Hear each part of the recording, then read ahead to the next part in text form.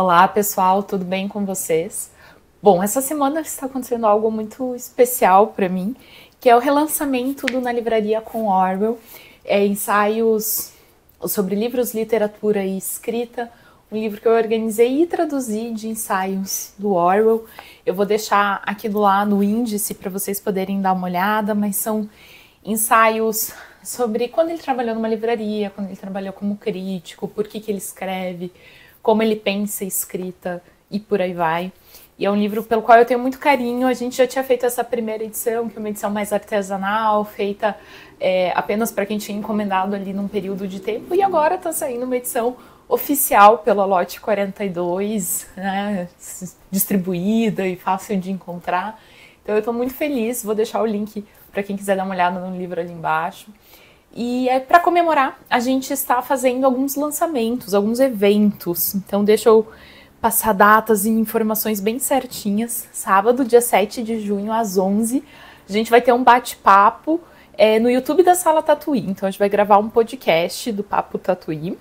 No sábado também, dia 7 de junho, às 14, estarei em São Paulo para lançar o livro por lá, na Livraria Gráfica, que fica na Rua Barão de Tatuí 509, com convidados muito especiais. Vou estar conversando com o Rafael Caleb e mediação do Ian Oviedo. Também acho que vai ser muito legal, e isso é às 14. Depois disso, mais um evento online, 11 de junho, às 19 horas, a gente vai fazer uma aula virtual gratuita, inscrições estão abertas, sobre escrita em tempos políticos. Eu fiquei pensando, né, porque o Orwell tem uma frase muito marcante sobre escrita em tempos políticos, e outros escritores que também vão por esse caminho, então vai ser ali um diálogo entre autores.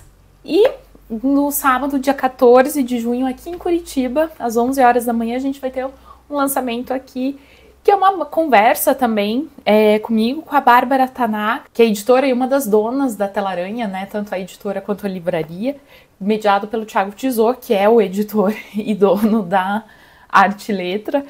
E, enfim, acho que vai ser uma conversa muito legal sobre diferentes aspectos do livro, tanto pensar os livros em si, além da literatura. Também, que eu acho que é uma coisa que o Orwell faz bastante aqui. Os textos que eu trouxe aqui, como eu disse, eles têm todos eles giram em torno do objeto, mas ele toca em assuntos diferentes, né? Pensar a escrita, mas também pensar a circulação, pensar a vida de uma livraria, mas ele também vai pensar a liberdade de expressão, ele vai pensar como fazer crítica de livros, ou porquê, o espaço da crítica de livros. Então ele vai para muitos caminhos diferentes, e eu fiquei pensando aqui em algumas indicações de livros que eu acho que também dialogam muito proximamente com alguns dos textos do Orwell aqui, e essas são as minhas indicações para vocês hoje. O primeiro é um livro que eu gosto muito, é o J'accuse, do Émile Zola, A Verdade em Marcha. A tradução desse livro aqui é do Paulo Neves, saiu pela LPM. Aqui a gente tem uma história que aconteceu de verdade, que ali por 1800 um cara foi acusado de espionagem, o Dreyfus, e tanto o Zola quanto outras pessoas se erguem em defesa desse homem. E é um livro muito escrito entre textos que foram publicados em jornais e denúncias e por aí vai. E é um tipo de texto que a gente vê um ímpeto para escrever, né? A pessoa está vivenciando, observando algo que ela acredita ser injusto e ela quer se levantar contra isso. E é uma coisa que para mim dialoga muito com o Orwell, com a prática de escrita do Orwell. Ele fala sobre isso no Porque Eu Escrevo, e que ele fala que ele provavelmente escreveria de qualquer forma, mas o que ele escreve e como ele escreve são profundamente marcados pelo tempo que ele vive. E aqui eu acho que a gente vê um processo parecido, né, dessas pessoas serem testemunhas de acontecimentos que elas consideram atrocidades, que elas consideram absurdos, e querem, através da escrita, tentar alterar, modificar, influenciar essa questão que elas acompanham. E esse livro é uma história que teve um impacto muito grande na vida do Zola. Existe essa ideia que ele talvez tenha morrido como retaliação ao que ele fez aqui também. Se é a teoria da conspiração ou se é a realidade, aí é uma coisa um pouco mais aberta.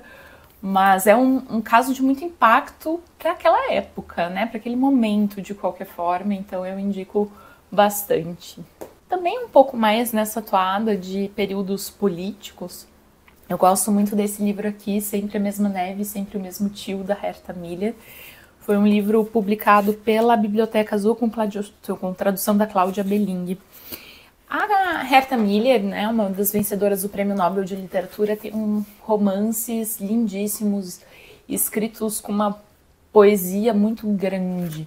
Mas aqui a gente tem um livro mais de ensaios. Esse aqui talvez seja uma boa entrada para a literatura da Herta Miller, porque ele é um pouquinho mais calmo que os outros, mas ela vai falar muito sobre como as experiências de vida dela, principalmente relacionadas à ditadura do Ceausescu na Romênia, levaram ela a escrever. E como esse momento de silêncio, em que ela não podia falar, se tornou um momento de escrita. Eu acho essa imagem muito bonita, né, do porquê ela escreve porque ela está em silêncio, né. Eu acho uma imagem muito tocante, assim, muito poderosa. É um livro em que muitas das imagens familiares, das imagens da Romênia se formam pra gente. Eu acho que é uma leitura muito... Ela parece que está fornecendo pra gente uma leitura da própria literatura dela, né, de certa forma. E ela também vai escrever sobre literatura, vai escrever sobre outras obras, então também esse pensar a vida em diálogo muito próximo com a literatura, que eu acho que a gente que é leitor e que gosta de ler, gosta muito de encontrar nos livros também. Agora eu tenho 2 livros que pensam um pouco a formação de leitoras e a formação de escritoras, de jeitos diferentes. O primeiro deles, da Laura Wittner, é O Viver e Traduzir, tradução da Marília Cecília Brandi, da Paloma Vidal, que saiu pela Bazar do Tempo. Esse aqui é uma espécie de livro de memórias de uma tradutora argentina que traduz do inglês para o espanhol, que ela vai pensar muito a tradução como um processo criativo, como um ato criativo, e vai muito pensar como isso ajuda na formação dela como escritora. O Orwell não tinha essa prática da tradução, mas ele apresenta muito a importância da gente pensar a crítica literária como um ato potencialmente criativo e como gerar uma conversa ali sobre crítica literária. Para ele é muito importante, por exemplo, que a pessoa que esteja escrevendo esteja muito motivada a escrever aquele texto, seja por amor à obra, seja por ódio à obra. Mas ele é muito contra essa crítica blasé de eu vou escrever porque me mandaram escrever, eu tenho que ganhar uma grana, mas eu não queria muito estar escrevendo isso, né? Não tem essa grande motivação para escrever, que na opinião dele deixa as coisas muito blasés, muito planas. E, de certa forma, eu acho que a experiência da Wittner, apesar dela não afirmar isso explicitamente, tá, gente? Não tirem isso das palavras dela. Mas eu acho que mostra a empolgação de uma tradutora em traduzir as coisas, né? Em encontrar projetos que ela quer traduzir. E isso, para mim, dialoga muito com esse texto do Orwell, nesse sentido de mostrar como a empolgação, a motivação é importante para esses trabalhos. E eu gosto muito do livro como um todo, eu acho que a gente pode aprender muitas coisas, mas enfim, a relação que eu fiz com o Orwell foi um pouquinho mais essa. E um livro que saiu agora em português, eu li em inglês, tenho aqui o Checkout 19, da Claire Louise Bennett. Eu sei que saiu pela companhia, mas eu não sei quem traduziu, então eu vou deixar as informações da edição brasileira e a capinha da edição brasileira aqui também. E é um livro muito poético também, de como a gente tem essa leitora descobrindo os livros e se formando a partir dos livros.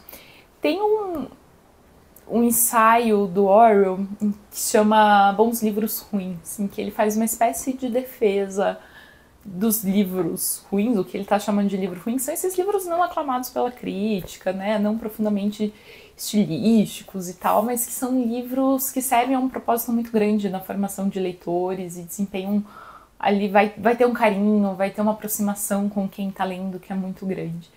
E é um texto que eu gosto muito porque justamente nessa ideia de que os nossos caminhos como leitores, né, nossa formação enquanto pessoas que leem, ela não é óbvia, ela é muito individual e ela não perpassa somente obras consagradas pela crítica, né? Ela perpassa muita coisa.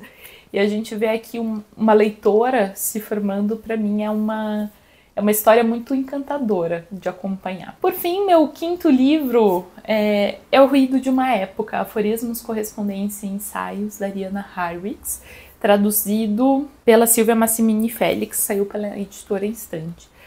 A Ariana é uma autora argentina também, e aqui ela vai ter vários textinhos curtos pensando sobre aspectos da literatura.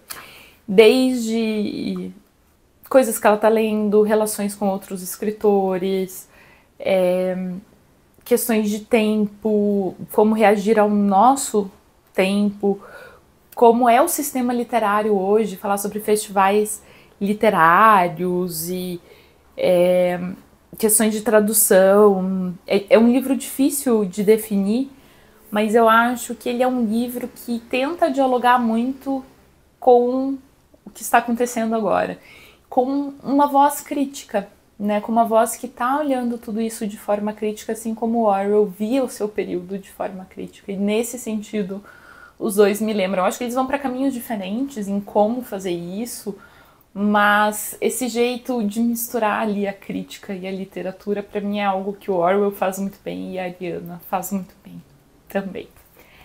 Bom, pessoal, eu queria deixar uma indicação bônus. Na realidade, é um livro que eu gosto demais, só que ele ainda não foi traduzido, ainda não está em português, que eu acho uma grande pena, mas é o Orwell's Roses, As Rosas de Orwell, da Rebecca Solnit.